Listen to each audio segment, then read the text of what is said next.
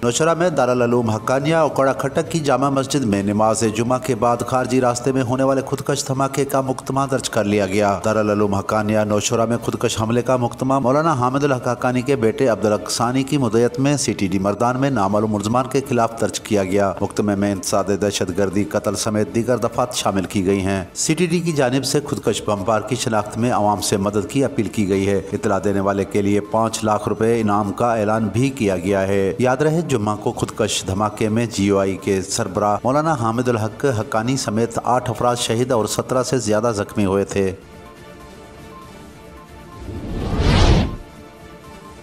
World bank के country director बराए Pakistan नाजे Benson का कहना है कि पाकिस्तान में मुआशी इस्तेकाम मजबूत हो रहा है। एक बयान में नाजे बेंसन ने कहा कि पाकिस्तान में मुआशी इस्तेकाम मजबूत हो रहा है, जिससे पाकिस्तान के लिए 10 साल तरक्याती मनसूबे के मुआहदे पर दस्तखत करने का मौका आया। उन्होंने कहा कि मनसूबा नए कंट्री पार्टनरशिप फ्रेमवर्क के तहत $20 अरब के तरक्याती कर्जे पर मुश्तमिल होगा। नाजे बेंसन का कहना था कि इस फंडिंग का इस्तेमाल साफ तवानाई और माहौलियाती बहाली जैसे शोबों में किया जाएगा, जबकि मनसूबे का आगाज साल 2026 से होगा।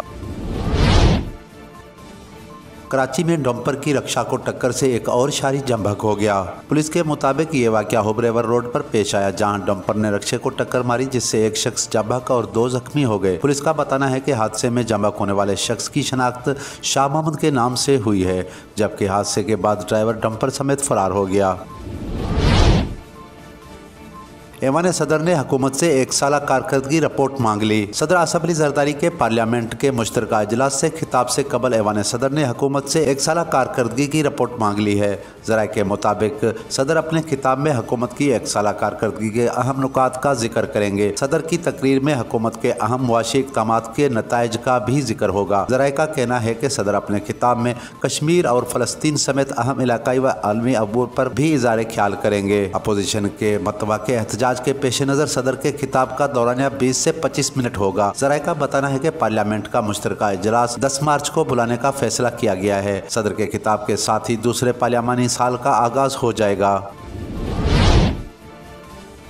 बलूचिस्तान में कल से एक और ताकतवर मगरबी स्पेल का अलर्ट जारी कर दिया गया है। PDMA के मुताबिक एक और ताकतवर मगरबी मौसमी सिस्टम बलूचिस्तान की जानिब बढ़ रहा है। यह सिस्टम कल 2 मार्च को बलूचिस्तान में दाखिल होने का इम्कान है, जबकि इतवार को दोपहर से शाम तक मगरबी लहर बलूचिस्तान को मुतासर कर सकती है।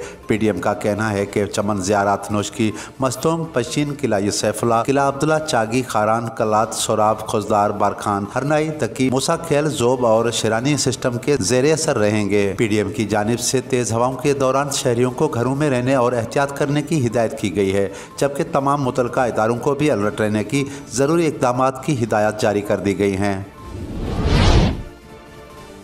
अमेरिका ने इसराइल को $3 अरब का असला और बिल्डोजर फरोख्त करने की मंजूरी दे दी। गैर मुल्की मीडिया के मुताबिक ट्रम्प इंतजामिया ने जुमे के रोज $3 अरब का असला, बिल्डोजर और दीगर आलात इसराइल को फरोख्त करने की मंजूरी दी, जिनमें गजा पर इस्तेमाल होने वाला अमरीकी साख्ता असला भी शामिल है। अमरीकी डिफेंस सिक्योरिटी कॉपरेशन एजेंसी का कहना है कि अमरीकी वजीर खारजा मार्को रूबियो ने इसराइल को $2.4 अरब के बॉडीज बम और दीगर हथियारों की फरोख्त पर दस्तखत किए हैं, जबकि $675.7 मिलियन के दीगर बमों, किट्स और $295 मिलियन के बिल्डोजर समेत दीगर सामान फरोख्त करने के मुआहदे पर भी दस्तखत कर दिए गए हैं। अमरीकी एजेंसी के मुताबिक वजीर खारजा इसराइल को मजीद असले की फरोख्त के लिए पुरज़म है, जिसकी उन्होंने तफसीली वजाहत देते हुए उसे इसराइली हुकूमत की फौरी ज़रूरत करार दिया और कहा कि इसराइल को डिफेंस सर्विसेज और दीगर चीज़ों की फराहमी अमरीका के कौमी मफाद में है।